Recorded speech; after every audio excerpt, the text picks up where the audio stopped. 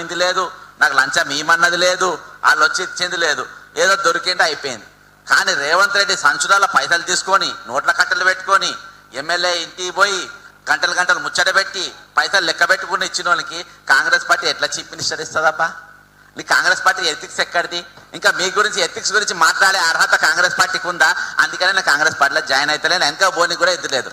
కాంగ్రెస్ పార్టీకి ఎథిక్స్ గురించి కానీ సిద్ధాంతాల గురించి కానీ మాట్లాడే హక్కు లేదు.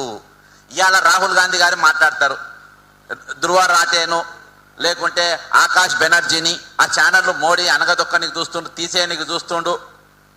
మరి ఇక్కడ రేవంత్ రెడ్డి ఏం చేస్తుండు? మరి ఇక్కడ రేవంత్ రెడ్డి ఏం చేస్తుంది? రేవంత్ రెడ్డికి అధిష్టానం నరేంద్ర మోడీయా? నరేంద్ర మోడీ అడుగుజాల జరుగుతుండా లేకుంటే రాహుల్ గాంధీ ఆదేశానుసారంగా ఆయన నడుస్తుండా? ఆయన యూట్యూబ్ ఛానల్ తొక్కనకి చూస్తే ఈయన యూట్యూబ్ ఛానల్ చొక్కనకి చూస్తున్నానని ఇక్కడ ఆలోచన వస్తుంది. కాబట్టి రేవంత్ రెడ్డి గారు ఒకసారి కరెక్ట్ మీరు దృష్టి పెట్టుకోవాలి. చివరికి